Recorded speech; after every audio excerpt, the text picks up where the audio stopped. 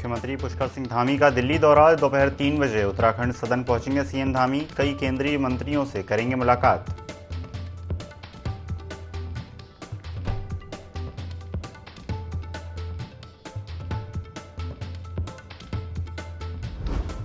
देहरादून में आभार मैराथन का आयोजन। सीएम धामी ने मैराथन को हरी झंडी दिखाकर किया रवाना। G20 समिट की उत्तराखंड को बैठक देने पर पीएम मोदी का किया धन्यवाद।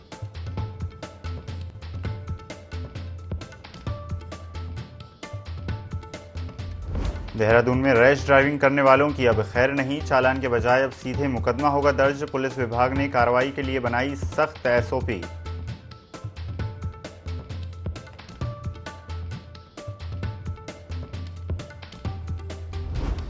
देहरादून के सहसपुर में बाघ का आतंक। रात में आंगन से 4 साल के बच्चे का किया शिकार। वन विभाग और ग्रामीणों ने चलाया सर्च अभियान। सुबह मिला बच्चे का शव।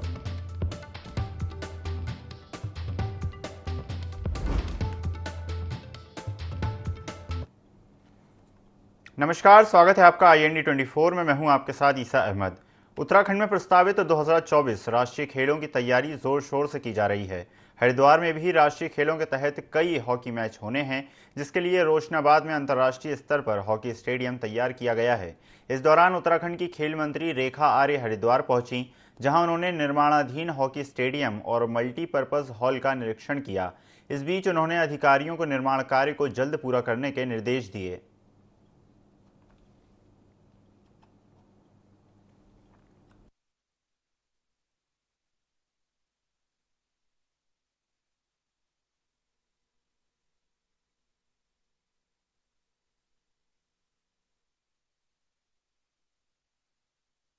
स्टेडियम हरिद्वार का, साथ ही अपने जो मल्टीपर्पज़ हॉल है जो हरिद्वार में निर्माणाधीन है रोशनाबाद में, उसका भी निरीक्षण आज यहाँ पर किया गया है।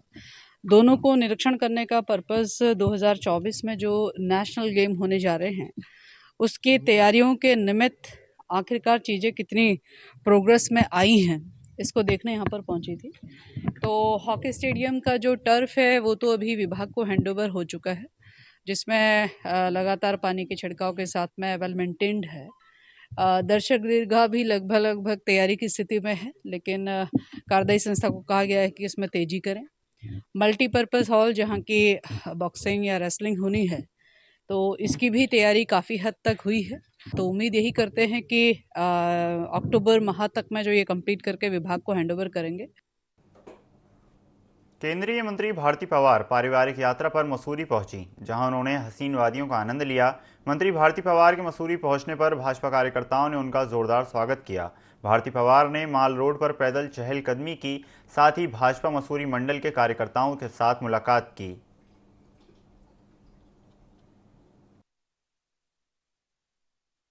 मसूरी आई हैं और केंद्रीय मंत्री जी का भारतीय जनता पार्टी ने मसूरी में स्वागत किया है। उनकी इच्छा भी थी, जब वो पहुंचे तो उन्होंने कहा कि मैं भारतीय जनता पार्टी के कार्यकर्ताओं से 2 मिनट बात करनी है और बैठना है उनके साथ। तो हमने उनका स्वागत किया है और हमने पूछा उन्हें मसूरी कैसे लगी हैं। वो अभी फिलहाल अपने फैमिली टूर पे हैं और मसूरी घूमने हैं।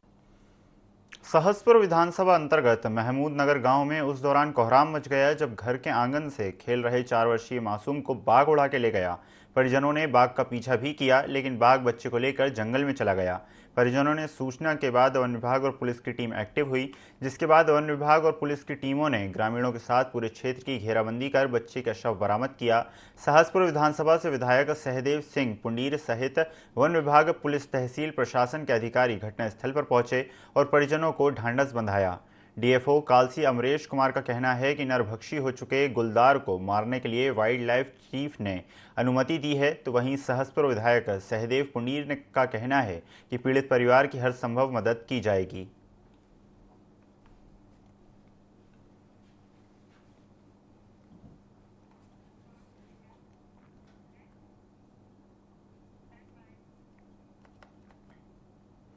लक्सर में हबीबपुर कुंडी गांव में ग्राम प्रधान ने गांव के एक निजी अस्पताल में निःशुल्क मेडिकल कैंप का आयोजन किया।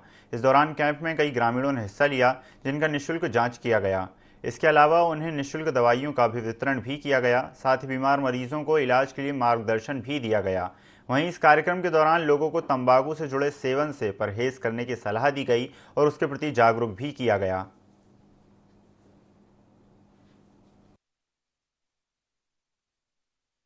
ग्राम हबीबपुर कोडी में हमारे जेसीएस मेडिकल हॉस्पिटल में हमारी सौजन्य से ये निःशुल्क दवाइयाँ और सभी प्रकार की जो भी समस्याएं जांच वगैरह थी ये सभी कराई गई। पैरामेडिकल कॉलेज में जो आज मेडिकल कैंप है वो बिल्कुल निःशुल्क लगा है। इसमें सभी प्रकार की जांचें व दवाइयाँ निःशुल्क प्रदान की जा रही है। यह कैंप ग्राम प्रधान श्री प्रवीण नागर जी के संयोजन से लगा है और इसमें हमारे डायरेक्टर सर डॉक्टर कटार जी का बहुत सहयोग है। हरिद्वार के जिलाधिकारी की अध्यक्षता में कलेक्ट्रेट के सभागार में कावड़ मेले की तैयारियों के संबंध में बैठक का आयोजन किया गया। बैठक में कावड़ मेला की व्यवस्थाओं को लेकर निर्देश दिए गए। बैठक में सीएमएचओ को स्वास्थ्य संबंधी व्यवस्थाएं बनाने के निर्देश दिए गए हैं। वहीं कावड़ मेला में बिजली के संचालन को जानकारी भी प्राप्त की गई ताकि प्रकाश के उचित इंतजाम हो सकें।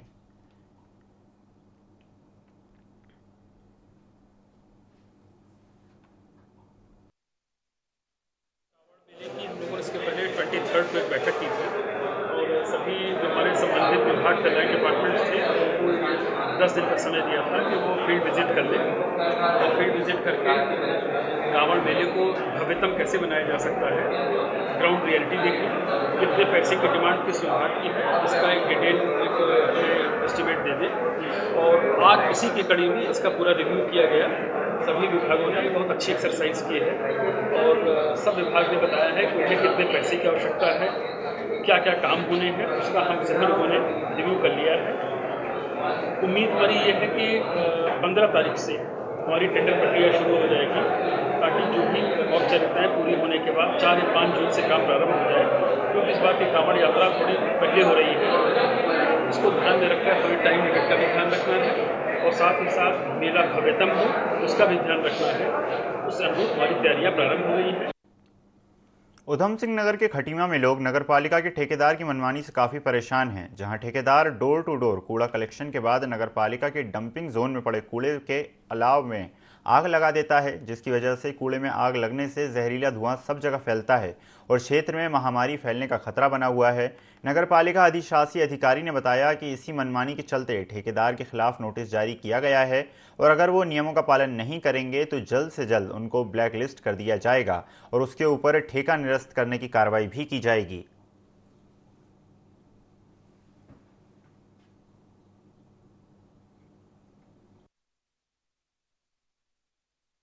ड्रिंकिंग ग्राउंड में जो आग लगाने की शिकायत की जा रही है ये मेरे संज्ञान में अभी आई है और इस पे ठेकेदार के खिलाफ कार्रवाई की जाएगी।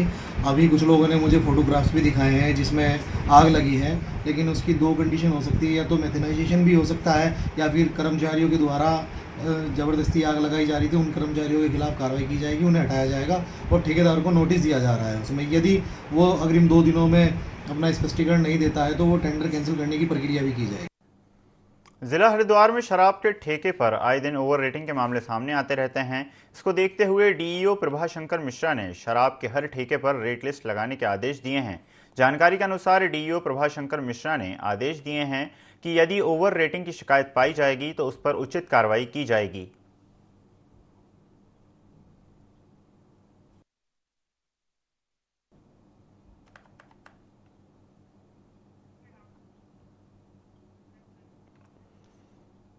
जोशीमठ की सबसे ऊंची टॉप पॉइंट पर पर्यटकों और ट्रैकरों का जमावड़ा लगातार लगा हुआ है।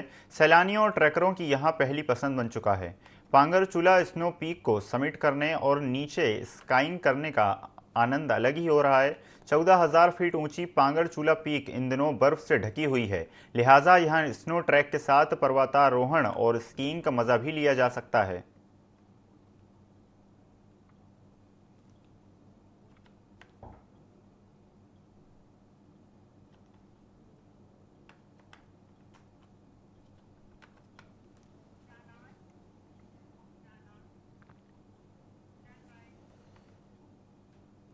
चंपावत के एसपी देवेंद्र पिंचा के निर्देश पर जिले में सत्यापन अभियान चलाया जा रहा है, जिसके तहत लोहाघाट और बाराकोट क्षेत्र में पुलिस ने सत्यापन अभियान चलाया। लोहाघाट थाने के एसओ मनीष खत्री और बाराकोट चौकी प्रभारी कुंदन सिंह बोरा ने जानकारी देते हुए बताया कि पुलिस नेपाल राष्ट्र के श्रमिकों के अलावा बिहार, यूपी के साथ ही अन्य प्रदेशों के रहने वाले लोगों का सत्यापन कर रही है। कोई भी मकान मालिक या दुकान के स्वामी के वहां बिना सत्यापन के कोई बाहरी व्यक्ति पाया गया तो 83 पुलिस एक्ट के तहत मकान मालिक के ऊपर चालानी कार्रवाई की जाएगी।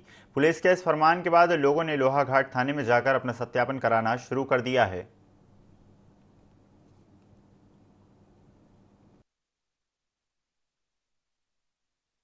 भी मकान मालिक हैं या बाहरी लोग जिनके घरों में रह रहे हैं या निवास कर रहे हैं या जिनके नौकर हैं या किसी संबंध में यहाँ रोजगार से आए हुए हैं, मैं सभी लोगों से अपील करना चाहता हूँ कि यह एक प्रणाली है जिसके अंदर आप लोगों को सत्यापन कराना आवश्यक है ताकि जो बाहर से अपना रोजगार के लिए आए हैं उन्हें भी कोई दिक्कत ना हो, और मकान मालिक जो हैं अगर वो सत्यापन नहीं कराते हैं तो उसमें भी हमारे यहाँ 83 पुलिस एक्ट में उनके लिए प्रावधान है कि उनका 10,000 का चालान काटा जाएगा। तो मेरा सभी लोहाघाट निवासियों से निवेदन है कि अपने यहाँ जितने भी किराएदार लोग रहते हैं उनके यहाँ या काम करते हैं उनका सत्यापन अवश्य रूप से करवा लीजिए।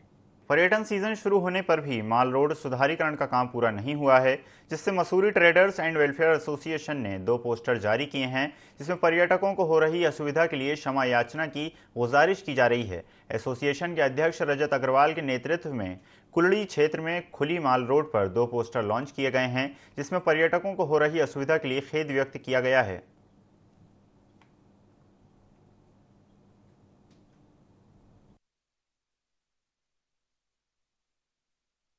Mussoorie traders and welfare association द्वारा जो पोस्टर लॉन्च कार्यक्रम था वो उसका मेन कारण उद्देश्य ये था कि मसूरी की सड़कें बहुत ही बुरे हाल में हैं, चाहे वो मोतीलाल नेहरू मार्ग हो, 0 पॉइंट वाली हो, मॉल रोड हो, लंडौर बाजार की सड़कें हो, बाड़लोगन की सड़कें हो।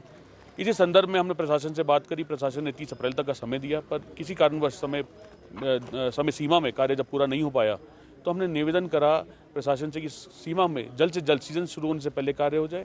और इसी बीच हम पर्यटकों से, आने वाले हमारे मेहमानों से, मसूरी के नागरिकों से, मसूरी के बच्चों से जो इस समय असुविधा का एक पूरा समय देख रहे हैं, उसमें हम क्षमा मांगते हैं। इस पोस्टर के द्वारा सॉरी फॉर द इनकन्वीनियंस का एक पोस्टर है जिसमें साफ लिखा है कि मसूरी को बेहतर बनाने के लिए हम क्षमा मांगते हैं।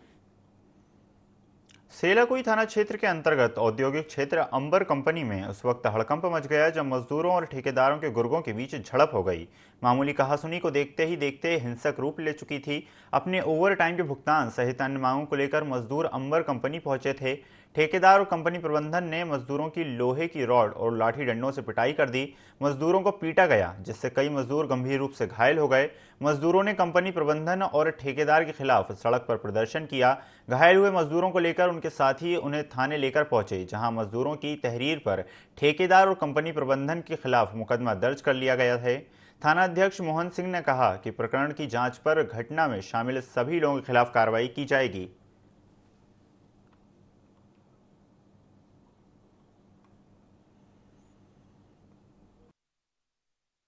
सब लोग इकट्ठे होकर गए थे वहाँ पर। फिर ठेकेदार जो ओम है ना, उन्होंने बोला था कि आप लोग यहाँ आए हो, इसलिए तो हमने इसलिए बोला था हम दूसरी कंपनी में काम करने के लिए आए। तब उन्होंने कहा था दूसरी कंपनी में 2 मिनट यहाँ पर रुको।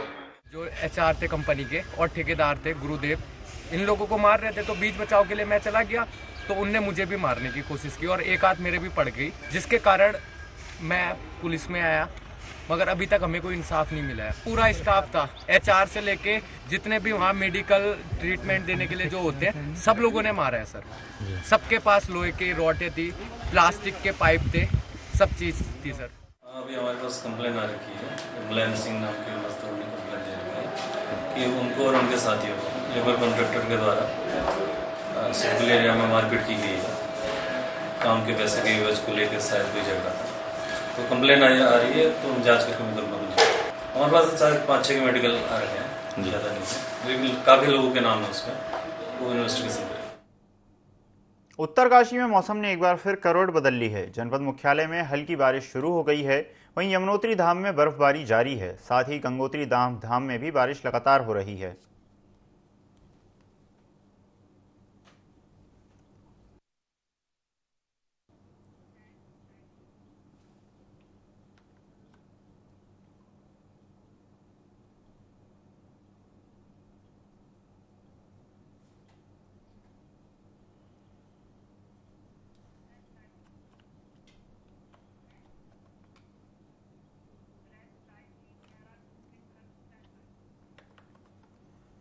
देहरादून में सड़क दुर्घटना को रोकने के लिए प्रशासन सख्त कदम उठा रहा है, जिसके लिए रैश ड्राइविंग करने वालों पर चालान के बजाय अब सीधे मुकदमा दर्ज किया जाएगा। एसपी ट्रैफिक ने बताया कि रैश ड्राइविंग करने वाले ज्यादातर यूट्यूबर होते हैं। ये लोग अपनी जिंदगी के साथ दूसरों की जिंदगी को भी खतरे में डाल देते हैं। एसपी ने कहा कि कोर्ट को भी पत्र लिखकर अनुरोध किया गया है कि ऐसे चैनलों को बंद करवाने के आदेश पारित किए जाएं।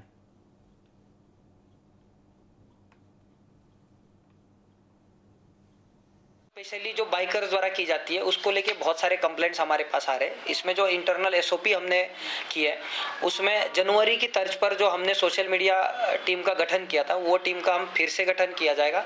लास्ट 2 महीने में जितने भी रैश और निग्लिजेंट बिहेवियर के केसेस हमारे पास आते हैं उसमें हमने ये निर्णय लिया गया है कि जब भी कोई रैश या ओवर स्पीडिंग का केस हमारे पास आता है 60, 70, 80 की स्पीड से अगर है तो हम मोटर व्हीकल में अब तक कार्रवाई कर रहे थे, काउंसलिंग कर रहे थे। पर अगर ऐसा बिहेवियर अगर 100+ हो, वो हमारे कैमरे में, किसी सीसीटीवी में या किसी यूट्यूब चैनल पर हर मिलता है तो हम इसमें 100% ट्रैफिक की तरफ से एफआईआर की कार्रवाई करने का हमने। उत्तराखंड को G20 की 3 बैठकों की मेजबानी की जिम्मेदारी मिली है, जिसको लेकर मुख्यमंत्री पुष्कर सिंह धामी ने प्रधानमंत्री नरेंद्र मोदी का आभार प्रकट किया। बता दें कि ऋषिकेश में G20 की 2 और बैठकों को लेकर विशाल मैराथन का आयोजन किया गया। इसमें मुख्यमंत्री पुष्कर सिंह धामी भी शामिल हुए। वहीं बैठक को लेकर मुख्यमंत्री पुष्कर सिंह धामी ने कहा कि उत्तराखंड को NGT बैठकों के माध्यम से विश्व के पटल पर एक नई पहचान मिली है, जिसके लिए उत्तराखंड की जनता प्रधानमंत्री का आभार प्रकट कर रही है।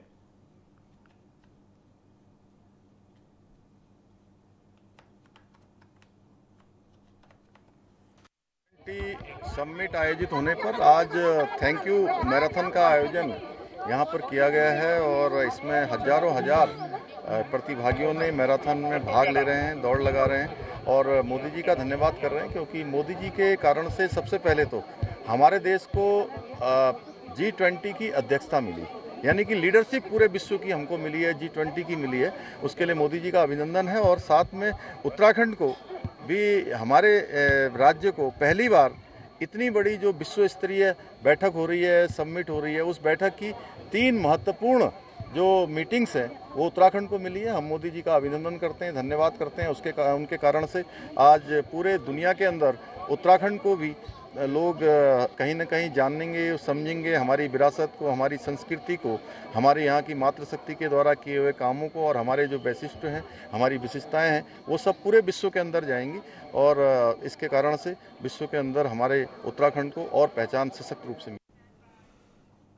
उत्तरकाशी में अवैध खनन को लेकर राजस्व विभाग ने बड़ी कार्रवाई की है। बता दें कि एसडीएम भटवाड़ी चतर सिंह चौहान ने जानकारी देते हुए बताया कि अवैध खनन को लेकर लगातार शिकायतें मिल रही थीं, जिसके बाद नायब तहसीलदार के नेतृत्व में राजस्व और पुलिस विभाग ने टीम गठित कर छापेमार का अभियान चलाया और भारी मात्रा में रेत इकट्ठा पाई, जिसे प्रशासन ने नष्ट किया है। वहीं अवैध निर्माण को भी टीम ने ध्वस्त किया है और अवैध खनन कारोबार कर रहे 10 लोगों के खिलाफ चालानी कार्रवाई की है।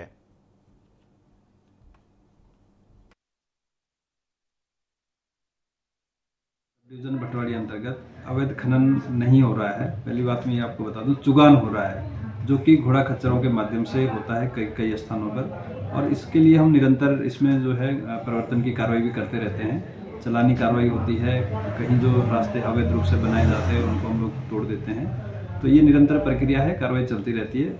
बाकी कोई ऐसा जेसीबी या मशीनों के माध्यम से इस तरह का खनन हमारे क्षेत्र में कहीं नहीं है, केवल घोड़ा खच्चर के माध्यम से आता है, जिस पे हम निरंतर कार्रवाई करते रहते हैं और पुलिस के सहयोग से, वन विभाग के सहयोग से, और हम लोग इसमें प्रभावी कार्रवाई करेंगे। हरिद्वार में अवैध अतिक्रमण के खिलाफ कार्रवाई लगातार जारी है। हरिद्वार के आर्य नगर के पास स्थित मजार को प्रशासन की टीम ने ध्वस्त कर दिया। इस बीच प्रशासन की टीम को लोगों के विरोध का सामना भी करना पड़ा, लेकिन सुप्रीम कोर्ट का हवाला देते हुए अतिक्रमण को हटा दिया गया। साथ ही सिंहद्वार फ्लाईओवर के नीचे बने एक मंदिर को भी हटाया गया। इस दौरान एसडीएम पूरन सिंह राणा ने कहा कि सुप्रीम कोर्ट के आदेश के बाद अतिक्रमण के खिलाफ कार्रवाई की जा रही है।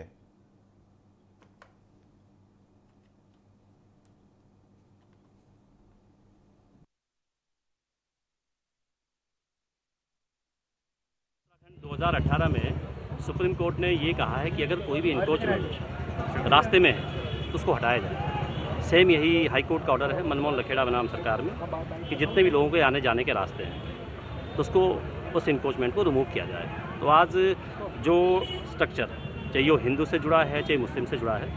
5 से 6 दिन पहले हम लोगों के द्वारा हिंदू स्ट्रक्चर हटाए गए थे, जो कि रास्तों पे या सार्वजनिक स्थान पर इस्टेब्लिश कर दिए गए थे। और आज इसी क्रम में अभी सबसे पहले एक मज़ार को हटाया गया है, जो कि बीच रास्ते में बनी हुई थी, और इसके बाद जो और स्ट्रक्चर है उनको भी आइडेंटिफाई करके हटाया जा रहा है। देखिए, ये कुछ चंद लोगों का एक इंटरेस्ट है जो कि अपना पॉलिटिकल इश्यूज़ सिद्ध करना चाहते हैं। तो ऐसे लोगों का कोई वजूद नहीं है। जो भी चीज़ें की गई है वो सुप्रीम कोर्ट और हाई कोर्ट के आदेशों के क्रम में की गई है। जसपुर के गांव पूरनपुर में चौथी ई समाधान चौपाल का आयोजन किया गया, जिसमें पूरनपुर और आसपास के ग्रामीणों ने अपनी शिकायतों को अधिकारियों के सामने रखा। बता दें कि इस चौपाल में खंड विकास अधिकारी, राजस्व विभाग, सिंचाई विभाग, विद्युत विभाग और वन विभाग के साथ साथ अन्य विभाग के अधिकारी भी मौजूद रहे। इसी के साथ ही वीडियो कॉन्फ्रेंसिंग की मदद से अपर जिलाधिकारी समेत कई अधिकारियों ने ग्रामीणों की समस्याओं को सुना। इस दौरान उप जिलाधिकारी ने बताया कि ई समाधान चौपाल 32 शिकायतों को सुना गया है, जिसमें से कुछ शिकायतों का मौके पर ही निराकरण किया गया है।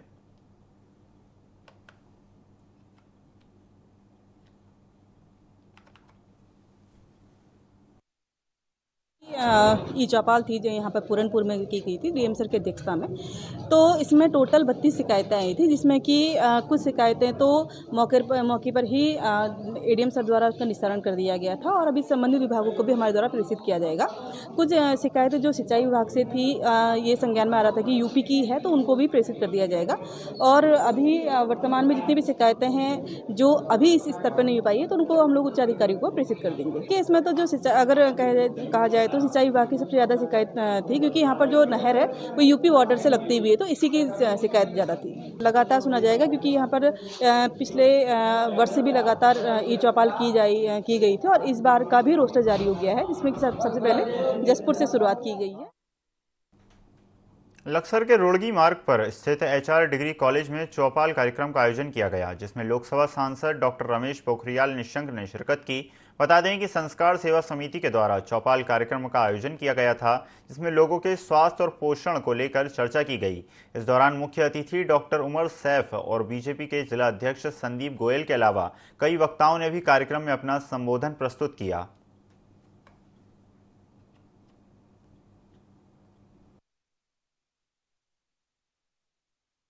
भारत के लिए एक सौभाग्य की बात है कि उसको G20 की अध्यक्षता करने का अवसर मिला है। तो बड़ी मुझे आज खुशी है कि यहाँ लक्सर के एचआर स्कूल कॉलेज में मिल करके यहाँ पर और बाल विकास जो विभाग है उन सब ने मिल करके यहाँ पर एक उत्सव मनाया है।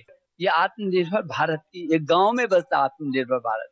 तो ये गांव की जो ये उपलब्धि है, ये जो हमारी धरोहर है, ये जो हमारा जो अनाज है, उसको हम किस रूप में लोगों के स्वास्थ्य की रक्षा की दिशा में बेहतर उपयोग। इस बुलेटिन में फिलहाल इतना ही। खबरों का सिलसिला लगातार जारी है, देखते रहिए IND 24। नमस्कार।